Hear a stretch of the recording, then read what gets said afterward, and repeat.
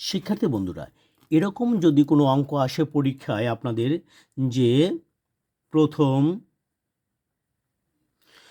15টা 20টা বা 30টা যেটাই হোক, ধরলাম 20টি বিজোড় সংখ্যার বা জোড় সংখ্যার যেটাই হোক, বিজোড় সংখ্যার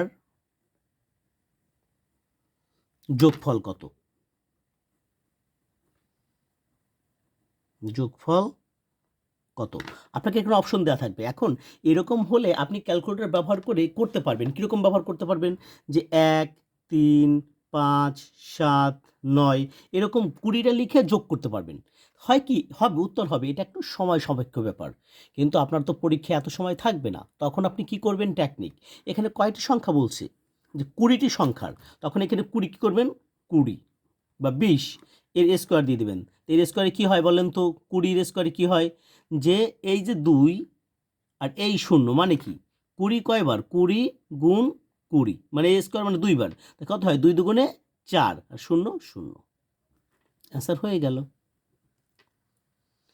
কি বলছি বুঝতে পারছেন?